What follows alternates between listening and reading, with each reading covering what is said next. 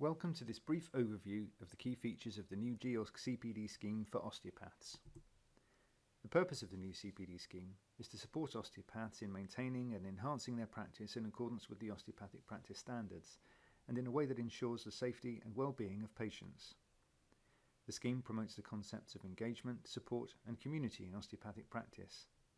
By this we mean engagement with the scheme and with each other, with osteopaths reflecting on their practice and building broader networks with osteopaths and others to support their professional and personal development and to enhance patient care and safety.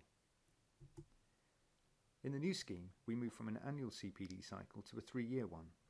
The hour requirement won't change overall, with a requirement of 90 hours of CPD over 3 years, at least half of which must be learning with others. The new scheme comprises 4 CPD standards. Standard 1 requires that osteopaths undertake activities across the range of osteopathic practice. Standard 2 requires that objective activities have contributed to your practice. Standard 3 requires that CPD activities benefit patients. This standard comprises a mandatory element of CPD in the area of communication and consent. Standard 4 requires that osteopaths, as now, keep an ongoing record of CPD activities. Having completed the various elements of the new CPD scheme, towards the end of the 3-year cycle, you will be required to undergo a peer discussion review. Remember, this is not about box ticking or specific numbers of hours. This is about engagement, support and community, doing CPD as is the case now, but with new features to help osteopaths to further develop as a community, both professionally and personally. Let's look at the new elements of the scheme in more detail. Standard 1 requires that osteopaths undertake activities across the range of osteopathic practice. This means that osteopaths will be expected to engage in CPD that relates to each of the 4 themes of the practice standards over the 3-year cycle.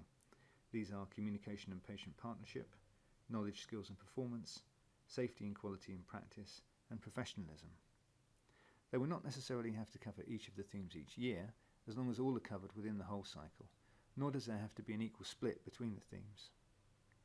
Generally, many osteopath CPD focuses on the knowledge, skills and performance theme of the OPS. This is understandable, but might mean that some key areas of practice are overlooked. In reality, many CPD events will cover more than one of the themes. For example, a session on assessment and treatment of shoulder dysfunction, knowledge, skills and performance, might touch on potential post-treatment effects and risks of treatment, which might impact on how you communicate with patients regarding these, communication and patient partnership, and how you carry out an assessment, safety and quality in practice. This standard is also about recognising the breadth of osteopathic practice. This can encompass areas such as education, research, mentoring or leadership, for example, as well as clinical practice. You should plan your CPD to reflect the nature of your practice and professional activities. Standard 2 requires that at least once during the 3-year cycle, an objective activity has contributed to your practice. An objective activity could be a peer observation or a case-based discussion with colleagues related to an aspect of practice where feedback is provided. You might choose to seek patient feedback in some way or undertake a clinical audit. Whatever you do, the key element will be to consider how the activity has contributed to your practice. Standard 3 requires that CPD activities benefit patients. This standard, as we saw, comprises a mandatory element of CPD in the area of communication and consent. Why communication and consent? Information from complaints made about osteopaths, fitness to practice cases and insurers shows that this is a key area of concern. The requirement to complete some CPD relating to communication and consent is not an annual one. You will only need to demonstrate this once in a 3-year cycle. We haven't stipulated an hour requirement either, but have suggested that around 3 hours should be sufficient to meet this requirement. In reality, many development activities that osteopaths undertake will have some impact on communication and consent, and these can be logged throughout the CPD cycle. The GOsC will also provide some resources in this area, which will help to meet this requirement. CPD activities in the area of communication and consent can take many forms, working either on one's own or learning with others.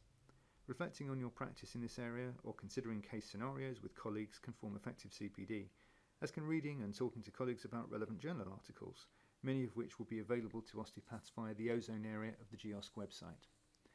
The National Council for Osteopathic Research publish a range of resources designed to support osteopaths in communicating the benefit and risk of osteopathic treatment to patients, and it's well worth looking at their website.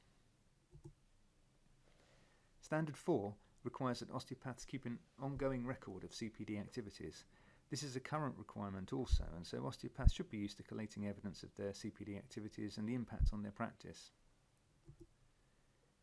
Keeping brief notes of CPD activities in whatever form, particularly the day-to-day learning opportunities that arise in practice, can all generate a bank of evidence that you can ultimately share with a peer to demonstrate how you've met the CPD standards. This might be in the form of written notes, an online portfolio of some kind, or by using a Word or Pages document or Google Docs. There are lots of options, but the aim is to record your activities and collate sufficient evidence to be able to share this with a peer to demonstrate your engagement with the scheme. As we saw earlier, the peer discussion review should take place towards the end of the 3-year CPD cycle. This is intended to be a structured conversation with another osteopath or health professional, during which you will discuss your professional practice, the CPD activities that you've undertaken, and demonstrate how you've met the requirements of the scheme. Peers are not allocated to you. It's for you to select someone that you trust and feel comfortable with. It could be a colleague that you work with, or perhaps someone from your regional group or an educational institution. We understand that this can seem like a daunting activity for osteopaths who are not used to having any form of peer discussion. The peer discussion review form is easy to use and no special training will be required. Where we've worked with osteopaths in developing the scheme and they've tried out a peer discussion activity, they found it to be a very helpful, supportive and positive process. We would encourage osteopaths to try and select a peer reasonably early on in the 3-year cycle and to maintain some contact with them as they progress through the cycle. Further information and guides to various aspects of the scheme are available at our dedicated CPD website, cpd.osteopathy.org.uk. Although the new CPD scheme is not likely to be implemented until autumn 2018, you might still think about trying out some or all of its features before then. As you will have seen, the scheme has been developed not as a tick-box compliance exercise, but as something that we hope will support you in enhancing your practice and building networks with others. Any activity you undertake will count towards your current annual CPD cycle until the new scheme is implemented and will help to familiarise you with the new requirements. How could you start? Check out the resources and guidance on the CPD website for a start and see the types of things that you can do. When planning and recording your CPD, think about mapping your activities to the themes of the osteopathic practice standards. You might consider discussing an aspect of your practice or a case scenario with a colleague or colleagues. We've worked with a number of early adopters of the new scheme and supported them in trying out some of the new features. The feedback has been very positive. Once osteopaths try it, they enjoy it. So good luck. Thank you for watching this presentation. If you have any queries about the scheme, please contact us at the GOsC.